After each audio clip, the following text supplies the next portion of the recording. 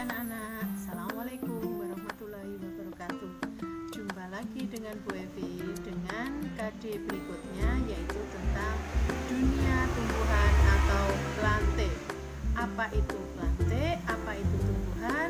Mari kita saksikan PowerPoint berikut. Kita masuk ke kingdom tumbuhan. Kingdom tumbuhan atau plante. Yang pertama akan kita pelajari adalah tumbuhan Bryophyta.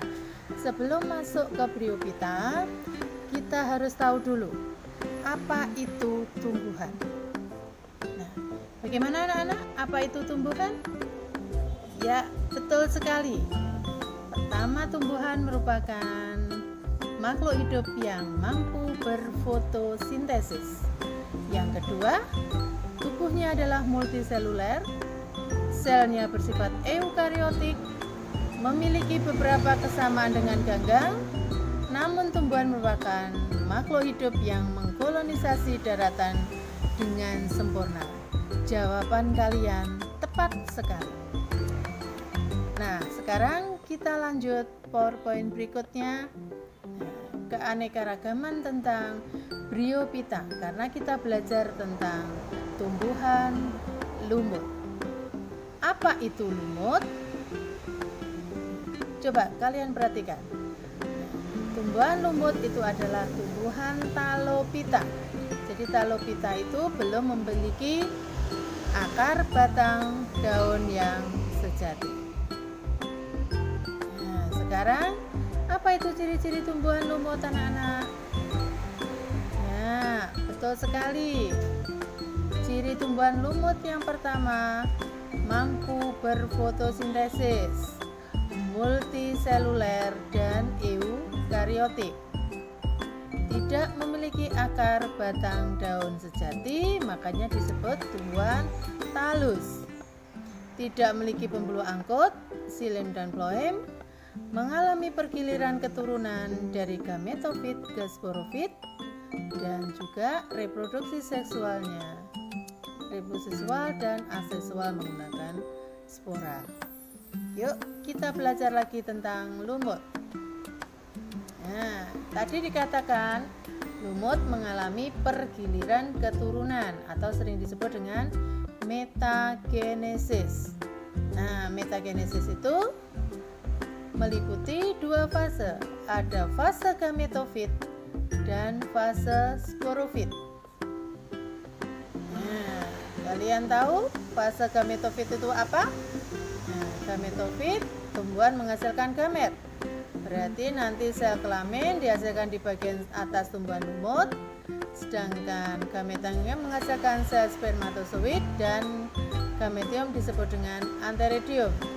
Sedangkan gametium menghasilkan sel ovum, maka gametangium disebut archegonium. Yang kedua adalah fase sporofit, fase tumbuhan lumut yang menghasilkan spora. Nah, coba kita lihat, perhatikan gambar metagenesis lumut. Dapat kita lihat sekarang bagannya. Dari spora jatuh di tempat lembab menghasilkan protonema.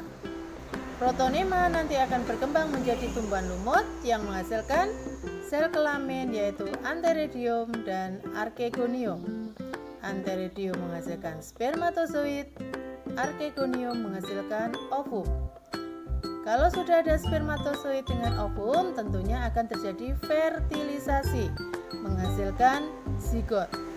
Zigot akan berkembang menjadi sporogonium, sporogonium akan berkembang menjadi sporanium, kotak spora akan menghasilkan spora kembali, sehingga siklus akan berulang.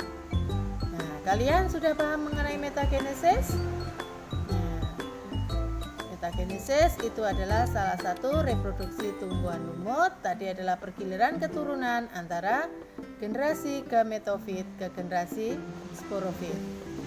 Nah, kalau sudah tahu ciri-cirinya, sudah tahu metagenesisnya atau reproduksinya, kita langsung ke klasifikasi. Terbagi menjadi 3 kelas, ada Bryophyta, Hepaticopsida, dan Anthocerophyta. Topsida atau lumut tanduk. Nah, sekarang pertama, lumut daun atau Cleasphyllopsida. Kalau kalian perhatikan, apa ciri-ciri dari lumut daun? Nah, coba kita perhatikan ciri dari lumut daun. 1. Talus berbentuk seperti tumbuhan kecil. 2. Memiliki daun kecil sering disebut sebagai mikrofil. 3. Memiliki akar yang disebut dengan rhizoid. 4. Reproduksi mengalami metagenesis. Yang kedua, lumut hati atau sering disebut dengan Hepaticopsida. Ini adalah gambarnya. Coba kalian perhatikan gambar dari lumut hati. Apa sekarang ciri-ciri dari lumut hati? Nah, betul sekali. Ada yang sudah baca lumut hati cirinya. Talus berbentuk lembaran dan tidak dapat dibedakan akar batang daunnya. Tumbuh dikotom, bercabang dua. Nah, kenapa sebut hati? Karena lembarannya berbentuk seperti hati. Reproduksi secara aseksual dan seksual. Nah, Pak, yang ketiga, lumut tanduk. Nah, lumut tanduk ini memiliki ciri-ciri gambar berbentuk lembaran, sporofit bentuk pita memanjang ke atas seperti tanduk. Di dalam tanduk dihasilkan spora. Nah, sekarang kalian sudah tahu mengenai ciri-ciri, klasifikasi. Nah, sekarang kalian akan belajar tentang, ketemu lagi di pertemuan berikutnya adalah peranan lumut bagi kehidupan. Terima kasih, sampai jumpa lagi.